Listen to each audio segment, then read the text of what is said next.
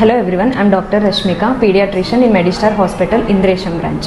మా దగ్గరికి 15-year-old child already known case of type 1 diabetes mellitus డీకేఏలో ప్రజెంట్ అయింది.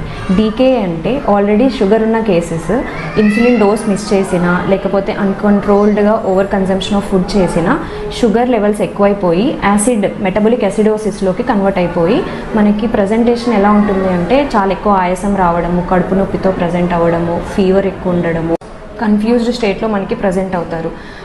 ఇలాంటి టైంలో correct level of fluids and insulin మనం స్టార్ట్ చేసుకోవాలి. ఎందుకంటే డీకే అనేది ఎక్కువ టైం ఇవ్వదు మనకి, it's a severe condition. So ఇమీడియట్గా ఫ్లూయిడ్ స్టార్ట్ చేసుకున్నాము and urine output monitoring, GRBS sugar మానిటరింగ్తో సహా ఇన్సులిన్ కంప్లీట్ 24 అవర్స్లో రన్ చేశాము. So over the period of 2 days చైల్డ్కి ఇన్సులిన్ రిక్వైర్మెంట్ తగ్గిపోయింది, అంటే కంటిన్యూస్ రిక్వైర్మెంట్ తగ్గిపోయింది. ఎప్పుడు మనం ఇంట్లో ఇచ్చుకునే విధంగా స్కిన్కి కన్వర్ట్ చేస్తాము. అండ్ నెక్స్ట్ 2 days కూడా ఇంపార్టెంట్. ఎలా అయితే మనం షుగర్స్ చూసుకొని ఈ ఇన్సులిన్ డోస్ పెట్టుకోవడం అనేది వెరీ ఇంపార్టెంట్. ఎందుకంటే పిల్లల్లో షుగర్ ఇన్సులిన్ అనేది కరెక్ట్గా వాళ్ళకి కౌన్సిలింగ్ ఇచ్చి పంపించాలి. ఎందుకంటే ఎప్పుడైనా మిస్ చేశారంటే ఈ షుగర్ వాల్యూస్ ఎక్కువైపోయి అది మళ్ళీ సేమ్ డీకేలో ప్రజెంట్ అవుతుంది.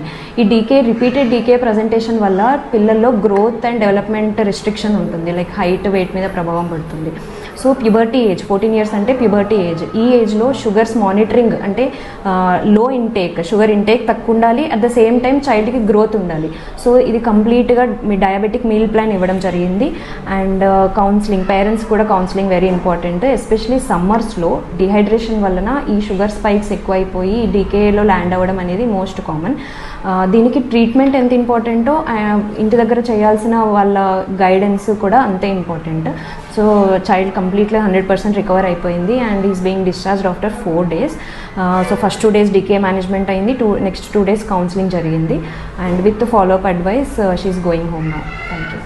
మా పాపని మేము హాస్పిటల్ తీసుకొచ్చినాము ఎమర్జెన్సీగా. సో ఇదేకుండా కోరుకోకుండా ఉన్నాము. డాక్టర్ అమ్మ, చిన్నపిల్లల డాక్టర్ అమ్మ మంచిగా చూసింది. ఐసీయూలో 3 days ఉంది. తర్వాత కోలుకుంది. కోలుకున్న తర్వాత జనరల్ షిఫ్ట్ చేశారు. మెడికల్ హాస్పిటల్లో మా పాపను తీసుకొచ్చినాము ఇందిరేషన్ దగ్గర. మళ్ళంటే మా పాప మంచిగా అయింది, మంచిగా లేకుండే కన్ను మూతలేసింది, తెలివి లేకుండా పడిపోయింది. మంచిగా తీసుకొచ్చినాము. అందరు మంచిగా డాక్టర్లు చెక్ చేసిండ్రు, టెస్ట్ చేసిండ్రు, గ్లూకోజులు పెట్టిండ్రు, అన్నీ మంచిగా ట్రీట్మెంట్ ఇచ్చిండ్రు. మళ్ళంటే ఐసులో 3 రోజులు ఉన్నది, మళ్ళా పైన 3 రోజులు మంచిగా అయింది మా పాప. ఇప్పుడు ఇంటికి పోతున్నాము.